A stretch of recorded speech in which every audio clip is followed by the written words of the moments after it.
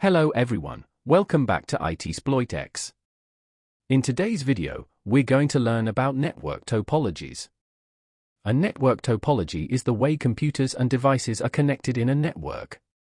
Understanding topologies is important for networking, cybersecurity, and IT administration. Let's get started. What is a network topology?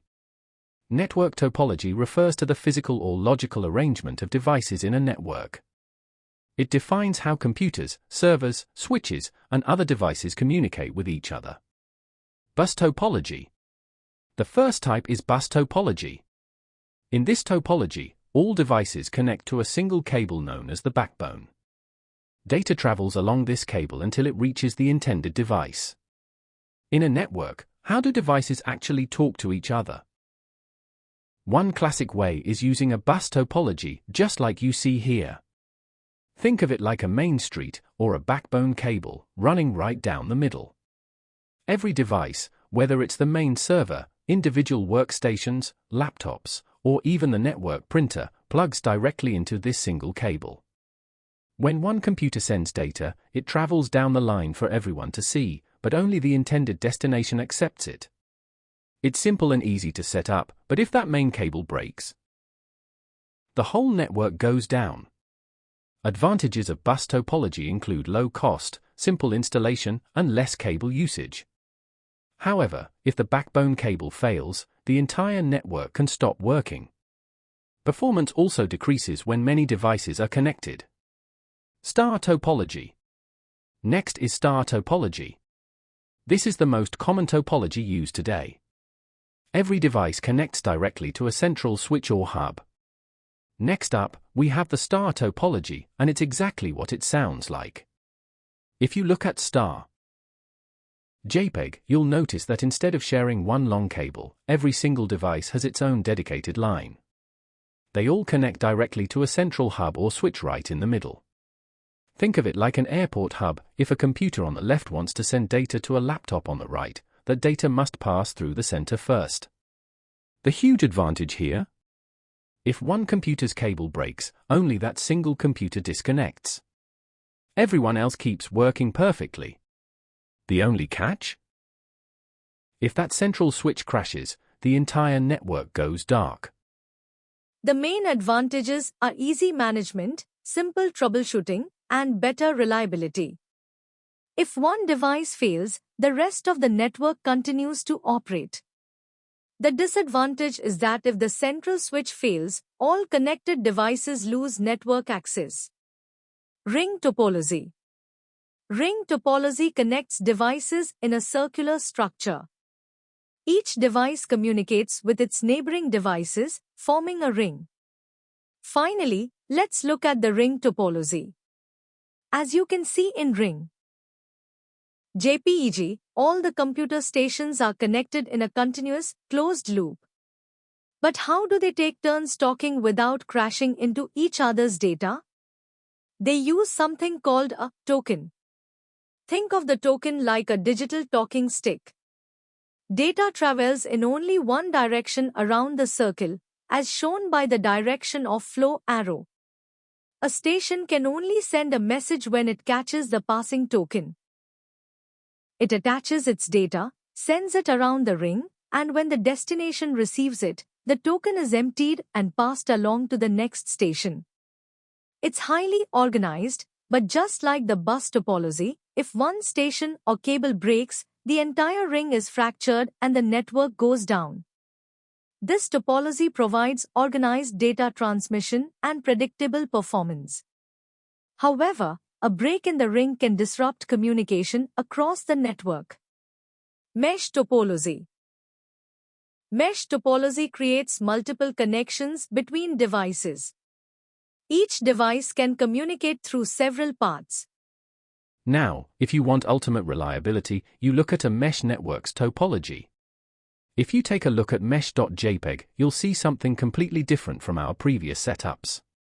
In a full mesh network, devices don't just connect to one central point, they connect to multiple other devices at the same time, creating a web-like pattern. Notice the key on the top right. Solid lines represent a physical wired link, while the dashed lines show a wireless link. The main advantage here is redundancy. If one mesh router goes down, data doesn't get trapped. It simply recalculates and takes a different path through another router to reach its destination. At the bottom, you can see how individual mesh clients, like laptops and smartphones, connect to this powerful backbone. While it's expensive and complex to configure with all these overlapping connections, it is by far the most resilient network structure available. This provides excellent reliability because if one path fails, data can use another path. The downside is higher cost and increased complexity due to the large number of connections. Tree topology. Tree topology combines multiple star networks into a hierarchical structure. It resembles a tree with branches extending from a central backbone. To wrap things up, let's look at the tree topology. If you check out tree.jpg, you'll see why it gets its name. It looks like a corporate family tree, or branches growing off a trunk. This structure actually combines the bus and star topologies we covered earlier. Running right down the middle is a main backbone cable, just like a bus network.